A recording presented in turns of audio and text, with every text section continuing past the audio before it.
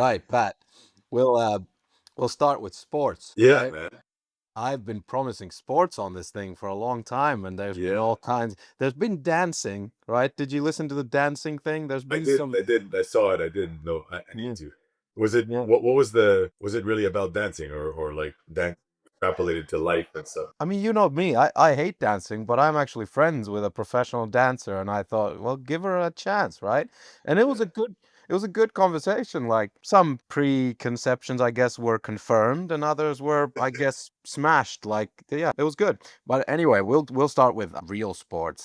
Is it a big day in Canada? It must be a weird day because Alex Ovechkin has just tied Wayne Gretzky for the all-time goal Oof. scorer in the Yeah. NHL, right?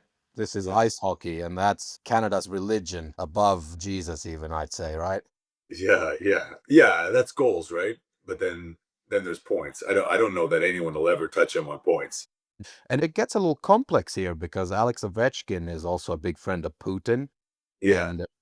and this should, like, in Canada, any big moment in hockey should be like a big moment for Canada, but really we're not really on this guy's side off the ice. Yeah, man. I don't. I mean, that's the beauty of sports, right? Is you kind of forget about all that stuff. Yeah. And you look at his performance on the ice and you can't help but just admire it, right? Like regardless of where he stands politically or whatever, you just that's the beauty of it, is it sort of eliminates all that. Yeah. And I think there's no argument here. In basketball, they're always arguing over who's greater, Jordan or LeBron, and they're saying you can't compare eras.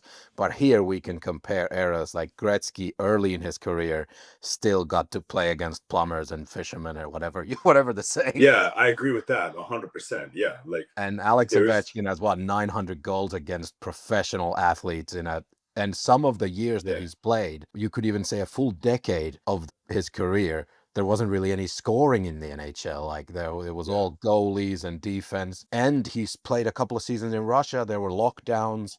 Like, yeah, unbelievable. I want to ask about that because we're going to talk a little bit about French Canada. So you were Yeah. born in Montreal, right? Born and raised, yeah. Yeah, so regardless of Ovechkin, what about Gretzky? Like in French Canada, would Wayne Gretzky still be a hero? Like in stuff like hockey, do they? Oh, man. He's like a Polish Canadian, I guess. Gretzky, that name is I pretty think his Polish. background is actually, yeah, Eastern European for sure. I don't know if it's Polish. It might be like Ukrainian or something. But but he was a hero of mine when I grew up for sure. Like, I mean, it was him and Mario Lemieux, right? Like, and I think if you ask most, I mean, a French Canadian, I was born in Montreal, but I'm an Anglophone. I was raised bilingual, but we spoke English at home.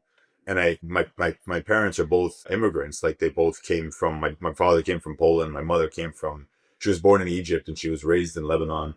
And then they came here. And my now wasn't like Quebecer, like we spoke English at home. But anyway, so if you asked my real sort of Quebecer friends, they're like Mario Lemieux, number one, you know, Gretzky So probably. they would worship the guy with the French last name, who's the second best player ever. I mean, before Well, dude, Ovechkin, that's them. that's the. I mean, that's debatable, right? Like, I'm not. I don't know where I stand on that. Like, in term, and probably a long conversation, but in terms of just like raw talent, man, you look at like Lemieux. Who knows what he would have done if he didn't have the health issues and the cancer and all that? Like, he was incredible, like Yeah.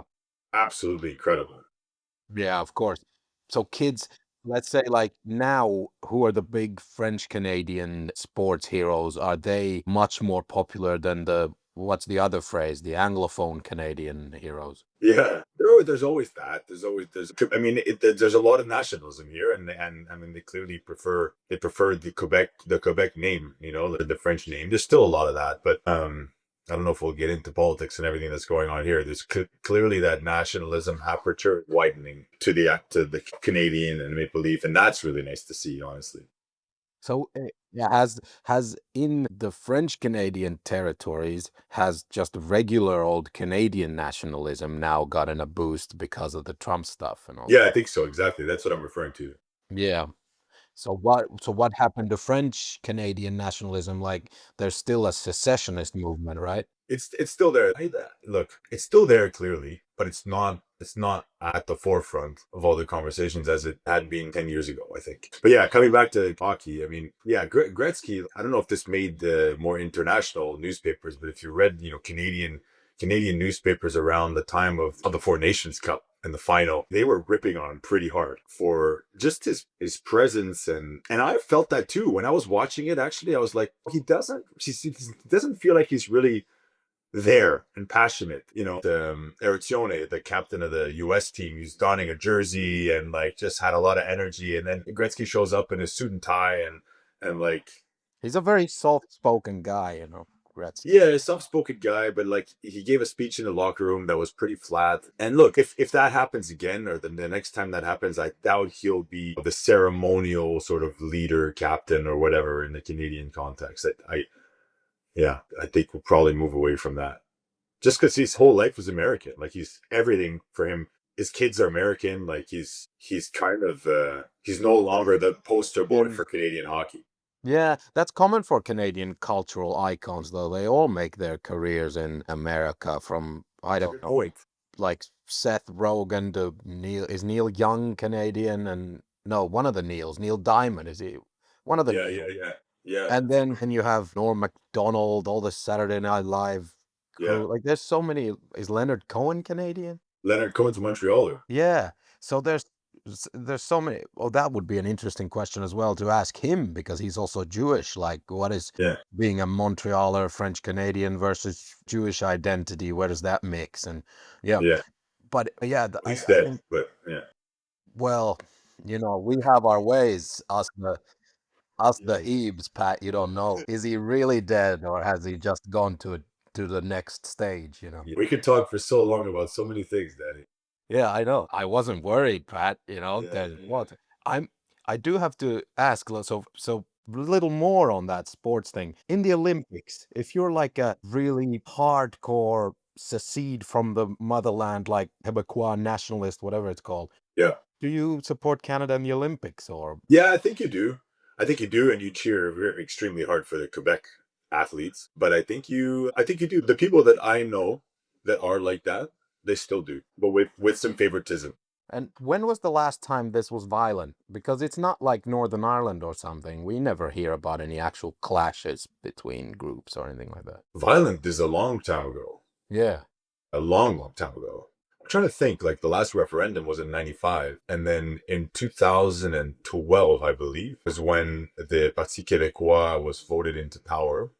And it seemed like they may have had a mandate to do that. Well, none of it was violent. It was all pretty peaceful. They got voted in, they won the election, and then they just weren't very successful, and they got voted out in the next election. She may have just not been the right leader at the right time to sort of push that movement through. But clearly, they had the semblance of a mandate, but they just couldn't do anything with it. But it wasn't violent.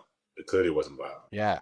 Do you think that's down to Canadian politeness that even conflicts about seceding from the country are more like, hey, yeah, we'd like that. Okay. Yeah, I mean, violence tends to occur when things are difficult to make happen democratically, right? But they actually had some momentum, and they made it happen democratically. Like she won the vote, she won a legitimate democratic vote, and so they were on track. And then I don't know what happened. Like they just it kind of fizzled out. Yeah, like there's none of that animosity. I find that even when I'm talking to people now who I know will lean more, separatist, there's much less animosity than there used to be. I think people recognize, maybe that's what it is. Maybe people recognize the value of being part of a bigger nation, especially today, right? When you're talking about trying to defend ourselves like legitimately from a violent intervention, but also economically, right? We're better off together than we are separately. Your southern border turned a little more dangerous suddenly. Yeah, but that's a very new dynamic. But I'd say what I'm describing goes back several years. I think that animosity has sort of dissipated, Yeah. which I think is a really good thing. I never leaned that way. I sit somewhere in the middle. I think a lot of my Anglo friends, or sort of more Canadian, for less separatist friends, I'll call it, like there's some that do feel some animosity towards those people and towards like language laws in Quebec and that sort of thing. Like I can actually see, I sit somewhere in the middle. Like I see some of those language laws as being pretty draconian, but I see the value in protecting that cultural element of Quebec because it is so different from the rest of Canada and the rest of the like North America. Like it's a really, really unique culture. Have you been here? Have you been in Montreal? I've never been invited to Canada. I believe there's some I believe it's a policy under the Trudeau regime that I shouldn't be allowed. So I'm waiting for the You're more than welcome. I'm Once this waiting for the podcast takes populist off, right. I'm waiting for the populist right to take over there too. So then they'll probably want me, you know. God, it's an amazing. You got to come, man. It's an amazing. We're trying to do a boys trip. Like we've done it a couple times in Montreal. You've never come. Yeah. Well, Montreal, the city, everyone says it's so fun and all that, but is it sleazy fun like Vegas? Because you always hear about strip clubs and stuff like that. No, no, that's a weird stereotype that I don't. I think it's because you can get in at 18. You can get into a strip club at 18 years old, and so like all these Americans in the Northeast come up like at 18 or 19 and go to strip clubs and drink because they can't drink. So it's gotten that reputation. That's like a tiny little speck of the fun, you know. Like, it's an amazing, dynamic, vibrant city. Like, um, I love it, and I think a lot of it is because of this unique culture that we have, the language, the story. There's this sort of like grit and joie de vivre, we call it in French. Like it's just an amazing place. And I lived in Toronto for a little bit, and it's a very different culturally. Like Toronto is more boring white people, and that's right. Montreal has some Yeah, grit to it, right? Some kind of yeah, excitement. yeah. Grit, the culture. Yeah, it's hard to put a label on it, but it's clearly just very different. And I think a lot of that has to do with language, and it's worth protecting. I think for sure, just intelligently, right? Yeah.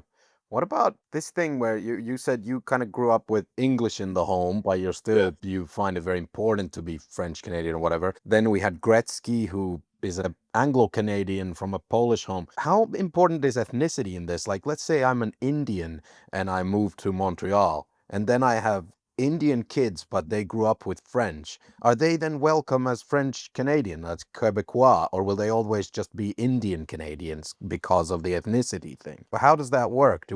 Can I just join French Canadianness by speaking the language and living there? See what I mean? Or the indigenous folks who are there, like the tribes, how do they want to secede from the government, or is this more like a white French Canadian thing, and immigrants who arrive there, they don't care one way or the other? Yeah, I mean, there's clearly a pressure from the government. Well, maybe society as well. It's probably the same thing, but like there's a pressure to have people assimilate to French. There's a pressure for like if you come here and you have to go to French school, you have to learn French. There's a lot of pressure on that front. And nobody's asking you to abandon your heritage, but they want you to learn French because it's part of the way we operate as a society. I think where I draw the line is when I hear stories about like people who can't speak French getting sort of shunned at the grocery store or at a bar or something from like the service provider who's frustrated with them because they don't speak French. That's bullshit. You should tell the French that, by the way. You should Yeah, tell. I mean, I guess I would. I just don't ever have the opportunity to because I mean, maybe I'll just go in and I could pretend to only speak English and see what happens, and then Yeah, tell yeah, them. but come here to actual France and Yeah, tell them that, because I think yeah, they could work with an attitude adjustment sometimes. yeah, yeah, yeah. You know what? So a couple of years ago, we were up in Mont Tremblant with a few couples, my wife and I, and a few other couples, and we were sitting around a fire, and we all talk English to each other. We all speak English to each other, so we're just having a conversation. We all like when you hear me speak. Maybe you can sense a bit of a French in my English. I don't know if you do, but if you were here and if you were like a hardcore francophone who didn't speak English, you probably would think I'm an anglophone when you hear me speak. So these other people that were sitting around the fire, young kids, 18, 19 years old, we heard them talk shit about us in French, talking shit about how we were anglophone. And then I'm not a very confrontational person, but one of my buddies just like kind of burst out in French, telling them to fuck off and saying like we're bilingual, and essentially telling them, look, like bilingualism is not, you shouldn't be ashamed of it. it's une richesse. It's like it's a treasure, right? To be able to speak multiple languages. Anyway, that was a really like that was one moment is kind of what I was describing around the hostility towards English. I think that's extremely small minded. And we need to shed that, but shed it, but also like do it in a way where you still treasure the French language and the ability to speak it. But we should all be striving to be at least bilingual. Anyway, Yeah. No, that's I well, we on this outlet we support all kinds of hippie peace initiatives, Pat. That sounds sounds very fuzzy to me. I love it. It's yeah, exactly the kind of thing that right now in this low intensity World War III that we're in that we need, but that nobody will listen to, Pat. yeah, exactly. Everyone thinks war is the motherfucking answer. That seems to be the way of it. But tell me, Yeah, so Montreal is fun, and it's not just sleazy clubs. It's actually a proper, beautiful city. What about Quebec? Is there anything to see in Quebec City? Quebec too. Quebec is very charming. It's very, very charming, very warm. I've only seen very small parts of Quebec. Like I've seen the, the old part of the town. I haven't gone. I mean, I don't know Quebec anywhere near as well as I know Montreal. So it's hard to say. But it's a very, very beautiful city to go. Summer, winter. Winter's cold, but it's like with the snow and everything. It's very, very charming. And the people are warm. It's a smaller city. Like I really love Quebec. I mean, if you ever come into Montreal, stop through Quebec. It's a beautiful place as well. Very strange that they don't have an NHL team, right? In the heart of ice hockey culture, nowhere else would they I know. buy tickets at the same prices as in French Canada. I don't know what the propensity to spend would be. Like it's it's a small market, Yeah. so it's not entirely surprising It's that. the TV market is too small. Obviously, that's maybe the problem, right?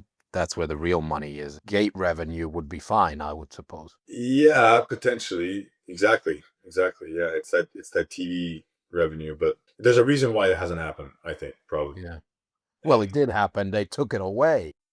Yeah, no, I know. It's the reason why it hasn't been back. I mean, the city would love it. I think it'd be great. It'd be great for Canadian hockey. I mean, the whole thing that they're trying to do with the NHL, as everyone knows, is trying to grow the U.S. market for exactly what you're saying, TV rights and all that Yeah. stuff. The Sun Belt, where the people are, Florida, Arizona, where there's no culture for it, but they're just growing cities. So slap some teams there. Yeah, and it seems like they're doing okay. I mean, all those teams have had really good runs. Like, Except Arizona. yeah, except Arizona, exactly. But who knows if they had a really good team and they made some deep playoff runs at the right time? Who knows what would have happened? Yeah. Florida. Yeah, One that, so here's another, this is for all of Canada, but maybe specifically for Montreal. No championships in the national religion of Canada in since yeah. Montreal won in 1996, was it, or 4 or 3? 93, 93. Yeah, 93. So yeah, over, what is that now? Soon to be 35 years. yeah. So what, because they aren't going to win one this year either, I'll tell you that for free. They're not going to win one. No, Canada's not getting one this year either. Oh man, I don't put your money on that, man. I wouldn't. I wouldn't take that. I'll. You want to make a bet? I'll make a bet with you. Okay.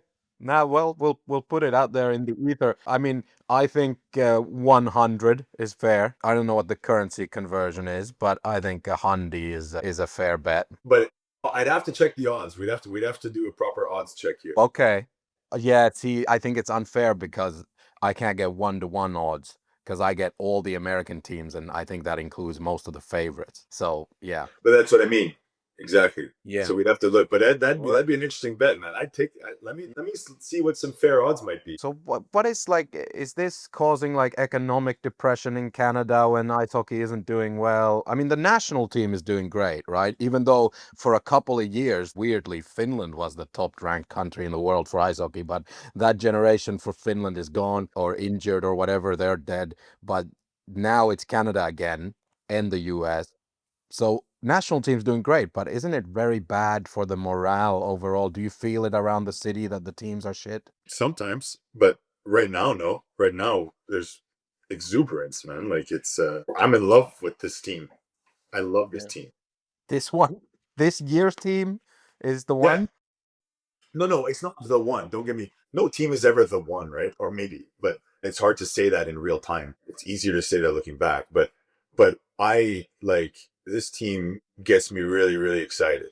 Like You talk about grit, man. They have a ton of grit. The last, I don't know, 15 games or so, they've just been on a, they haven't given up, right? And it's super, super fun to watch. And I think based on the way that they're playing, if we get into the playoffs, truly anything can happen. I was just about to say, like, you're sounding like this is people would assume that they're maybe on the top of the standings or something when you're so in love with them. They are barely, if they might not make the playoffs. So they're like, The chances are better than no.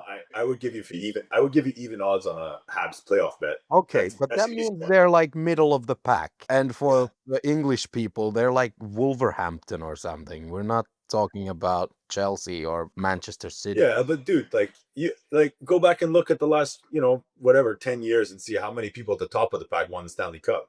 Anyone's got a chance once you make it in. What I'm saying is this team, particularly this team, with the grit that they have and pretty strong raw talent, honestly, they've got what it takes. Like we've got a goalie, we've got two goalies who both of them, if they're on either of them, we've got a very good shot. Like Montembeau is very, very solid. He must be a big favorite, Montembeau over Yeah, there. That's yeah, Frenchy. it Yeah. is. Yeah, exactly. And then Dobic, who's Czech, who's got a lot of like gives me a bit of a Hasek vibe, honestly, but Yeah. he's when he's on, he's good. So, Yeah, so anything could happen. I mean, I hope it does. Even if I put money against it, I would love either of them. Actually, I wouldn't mind them Cowboys in Alberta or something winning either. I'd like to.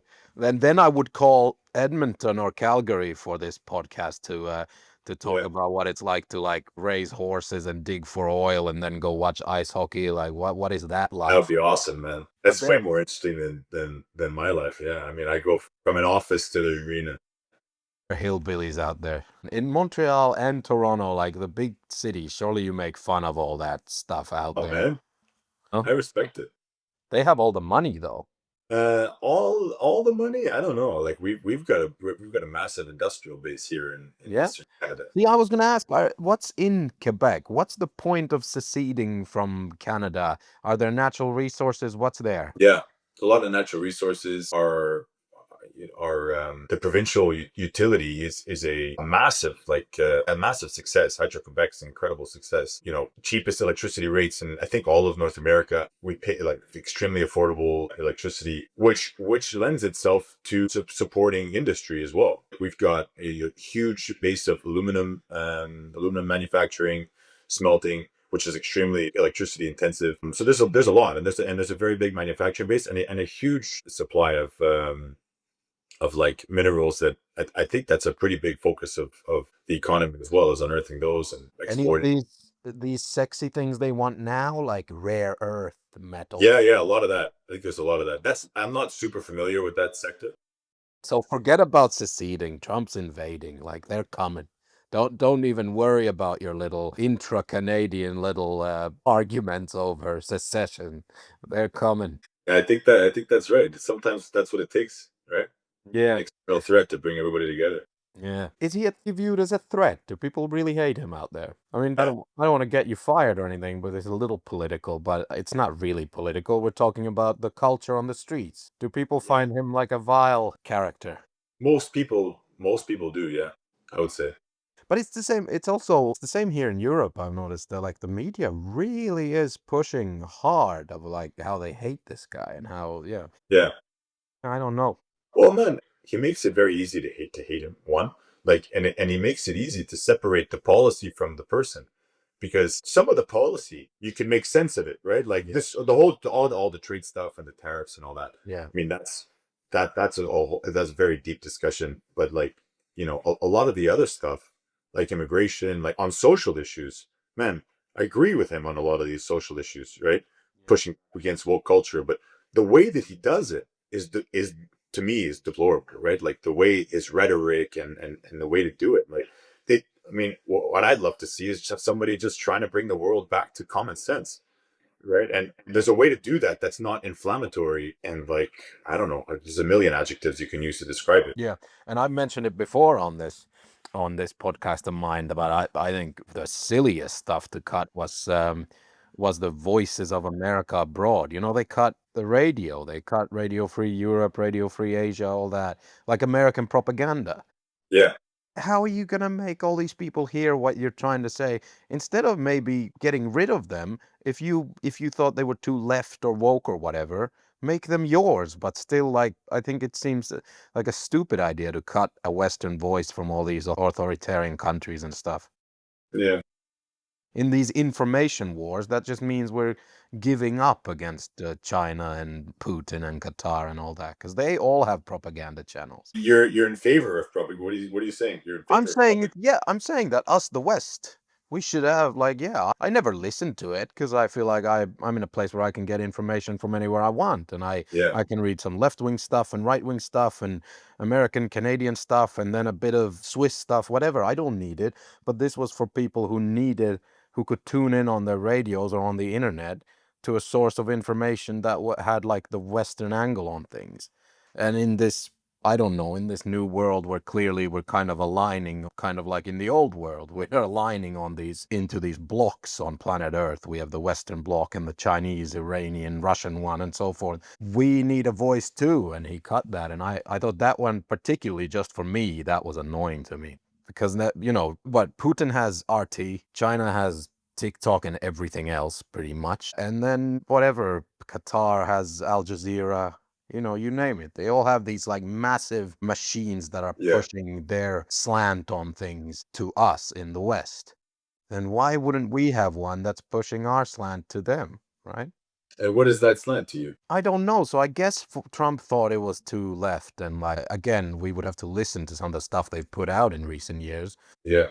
I know that in the winning of the Cold War, in those culture wars, Radio Free Europe was a massive resource to give information across the Iron Curtain to Eastern Europe, right?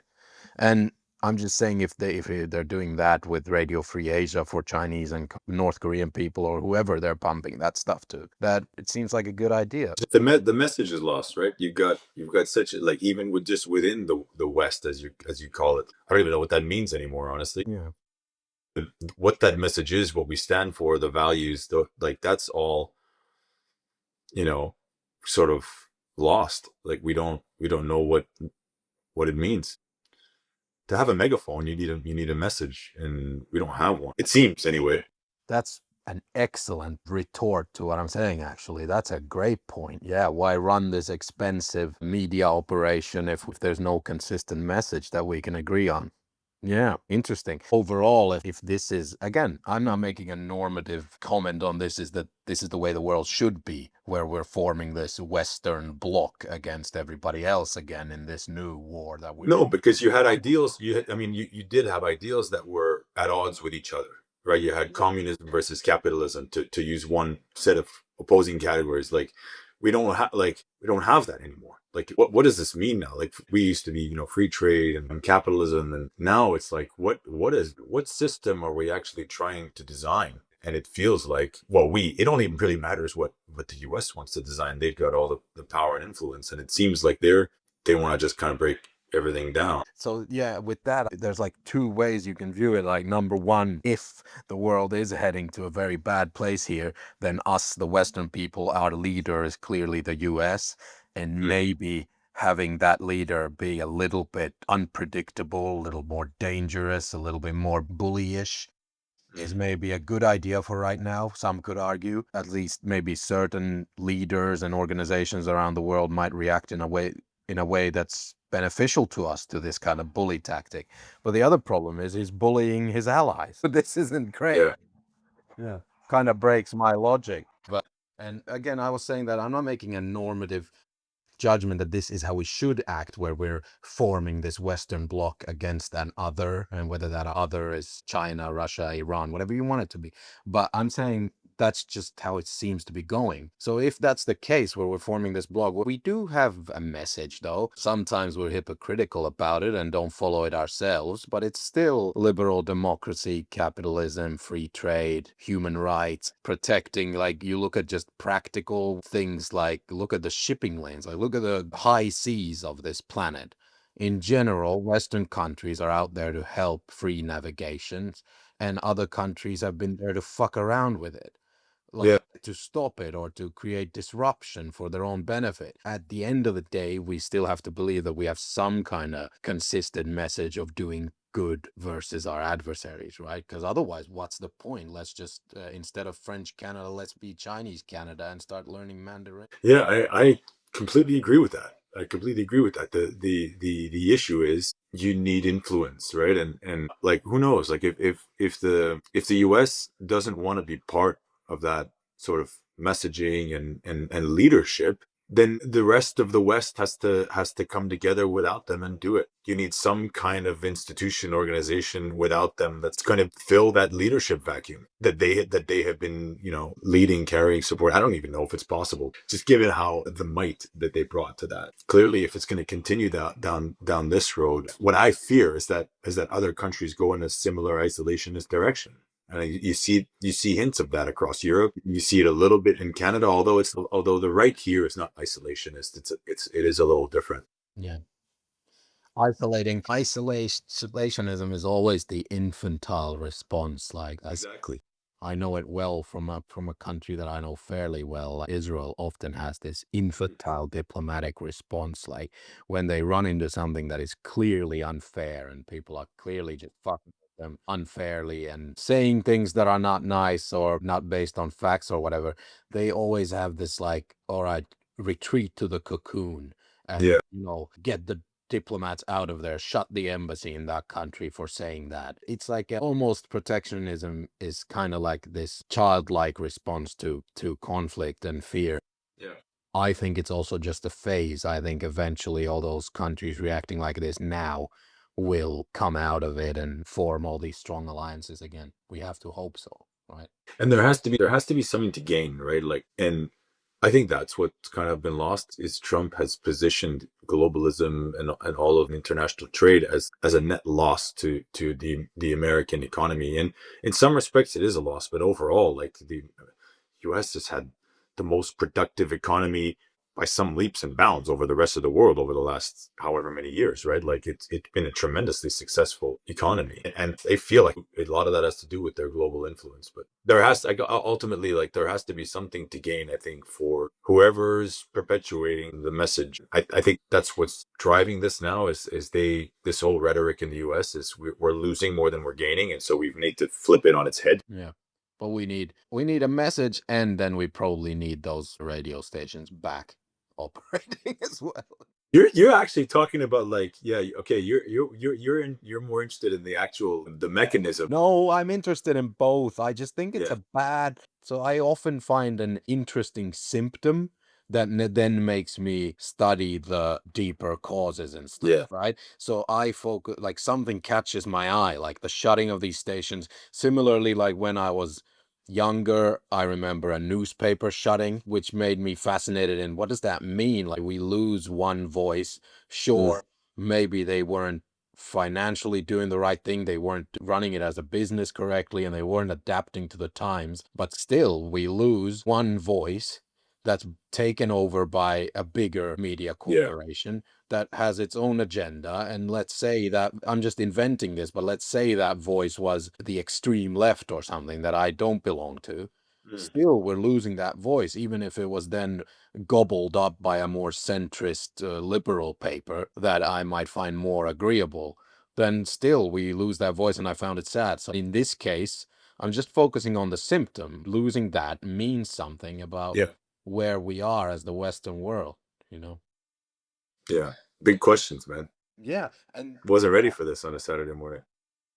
don't worry, I have some small. Though we were talking about Gretzky I have versus some small Lemieux. Yeah. questions too. Speaking of infantile, childlike responses to things, is it true that in Quebec there's a dessert that's just snow and maple syrup? Yeah.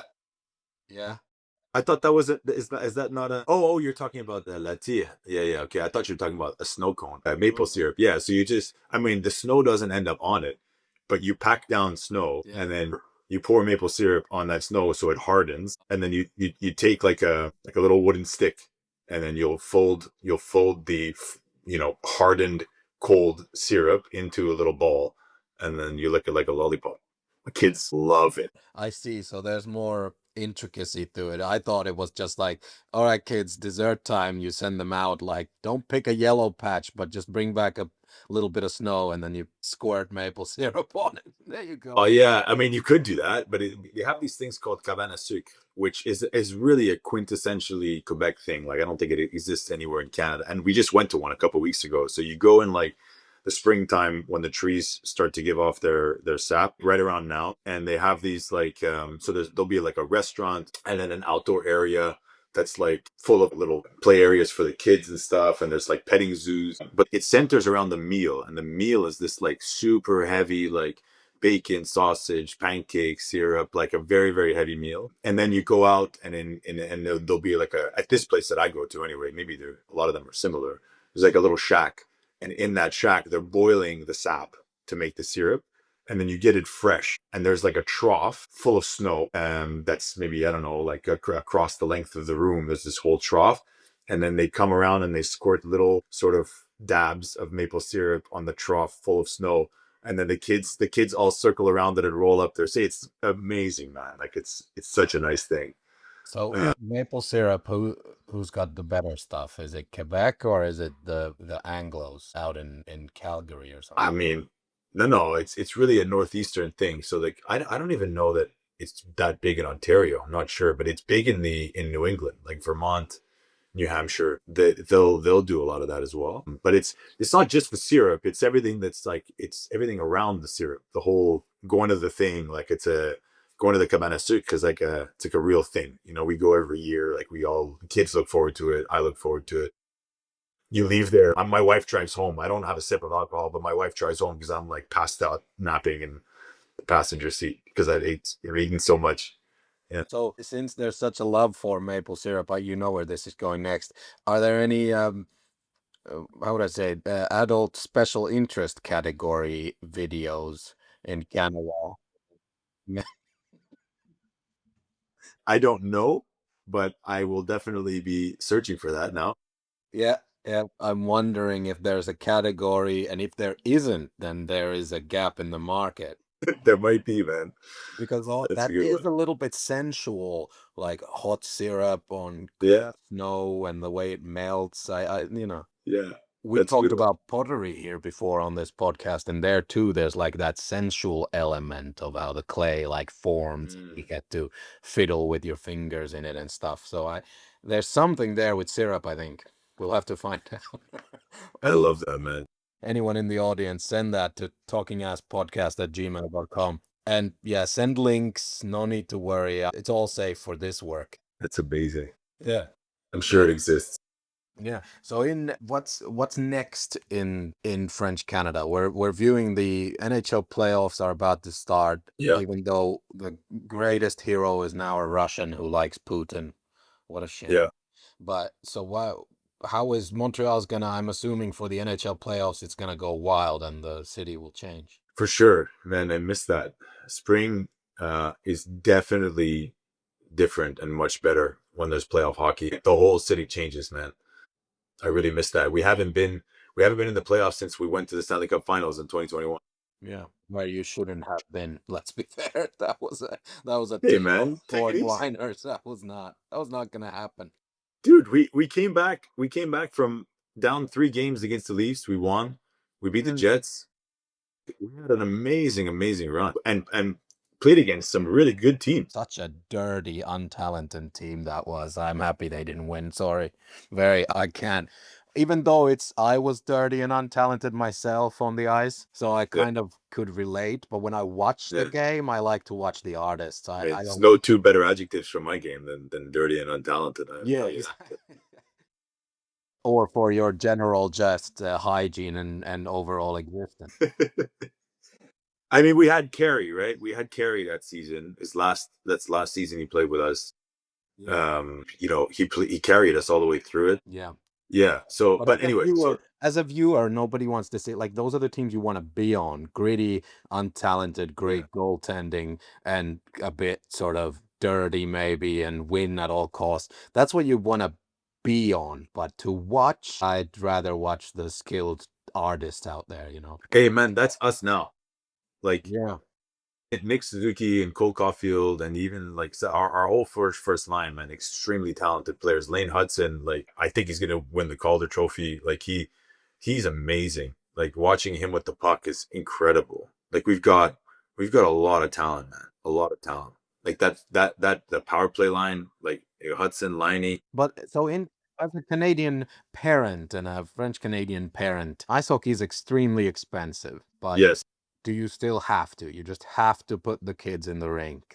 You have to. There's not going to be a boat or a second family car. We're spending it all on hockey. Is that the rule? Yeah, this is very topical for me because we're making the decision now with our older boy. Well, making the decision. I'm of the view that you let him try as much as he wants, or as much as you can, and you see what sticks and you see what he becomes passionate about. Like and I'm in a very fortunate position to be able to afford it if he does want to do it. Some people can't, and that's an unfortunate thing about hockey. I think you're right. It is very expensive, not just in terms of monetarily, but just in terms of time. Like it requires a massive time commitment, and it feels like there's very little middle ground. Like it's a lot of my friends who are putting their kids in hockey with kids, young kids, 5, 6, 7 years old, already you're jumping into a huge commitment. Like it becomes 3, 4 days a week very quickly. And there isn't like,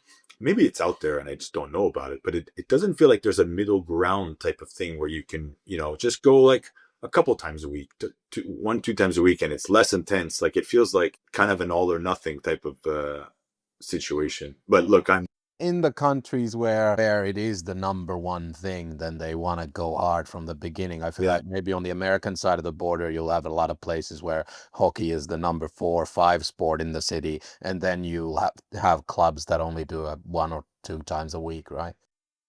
Yeah, exactly. Yeah, and because it's just like baptism by fire. You get in and right away. I think the first season's like Saturday and Sunday, and then it very quickly goes to a couple more days a week. So look, I'm super passionate about it, and if he is too, then I will do whatever I need to do.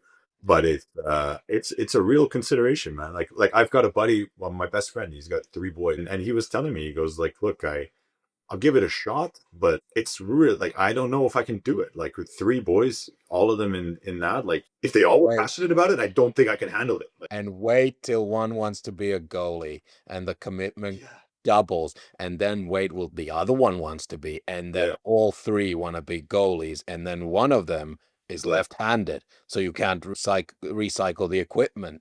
To yeah, him, you have to have a separate set, and like yeah, so you're yeah. I mean, it's the money.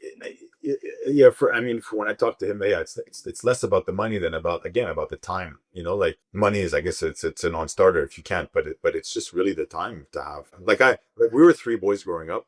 And I think my older brother played a little bit, but I was the one who was really like playing from a young age until my late teenage years or whatever, like competitively. Like my parents were bringing me around everywhere. My little brother played basketball and soccer, and my older brother was big into soccer. But they kind of like, looking back, I don't know if it was strategic on their part to like have diversified the 3 of us. yeah, But that's a good if we were all strategy. into hockey, man, if we were all into hockey, I don't know how my parents would have done it, honestly. Yeah, then you got to play golf as well. I'm sorry, but the sports are one thing, but then the king of all games, you got to at some point golf takes all So your time in the summer. I got introduced. So my 2 brothers, one of them, there's 4 years between me and my older brother, and 4 years between my younger brother and I. So 8-year gap in total. And we all got introduced to it when I was around 12, 13 years old. My mom and dad decided to pick it up. And that was amazing, man. Honestly, I'm so happy that we did that. But you see, golf is not like hockey. You can play it casually and recreationally. Like on a random Tuesday night, my dad would take us to the driving range, right? And we'd go for ice cream, and it was amazing, and we loved it. But there was no pressure. There was no like finish up your homework and then you got to go to hockey practice. Like we got to race and go. It was casual, beautiful. And golf should always be a game on the side because, no offense to, I mean, there's going to be a lot of golf chat on this thing because I'm Yeah. into it. I'm Oh into yeah. it deep. Ooh, the Saudi League, man, all that is juicy to me. You're Yeah. combining two of my great passions, golf and Saudi Arabia. I'm kidding. Golf and hummus. Yeah. Yeah, but that's pretty close to my passions. Yeah, Yeah. but you go Yeah, like man. the with the what was I saying? With golf, it's got to be a game on the side because some of the junior golfers who grow up sort of pretending like an individual sport is a team sport, that their practice, like instead of hockey practice, they go to golf practice. Those grow up to be some weird people. Some of, Yeah, not all of them, but like there's a vibe. Like these yeah, country club kids, even if they're from working class backgrounds, they still grew up at the country club because they played golf there all the time. They have a strange vibe about them. I'm not sure if they're my people, you know? yeah, yeah. I get that. Yeah. Definitely, I feel you.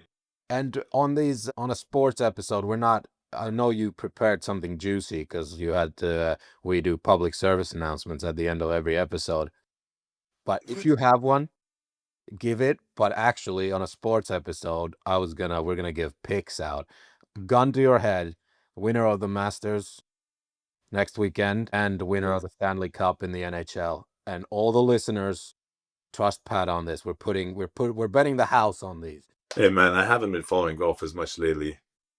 Any answer I give you would be bogus there. All right, go with a top tenner, because there are those Masters guys who always do well at Augusta. Because I'm going with a top 10.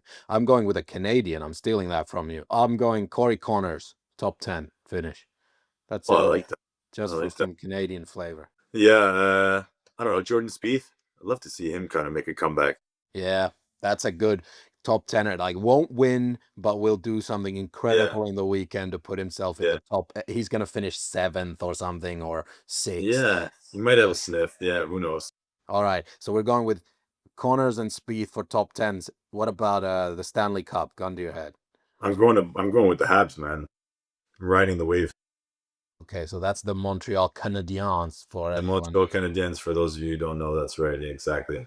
Yeah, there, but people don't bet the house on that. I'm gonna, as my public service. Hey, I'm gonna look at some reasonable odds and get back to you on Yeah, I'm going with the no state tax states. You can choose. I'm going either Florida again or Texas. So, Dallas, eh? yeah, I think it's Dallas or Florida. I'm going Dallas. Yeah, Dallas is probably a good bet. I think we could beat Dallas, and with the way that we're playing now, You won't get there to beat them, buddy. I think we Sorry. could beat Dallas. Yeah. Anyway, Pat, this has been awesome. Thank you so much. And Nice. also give big hugs and kisses to your family.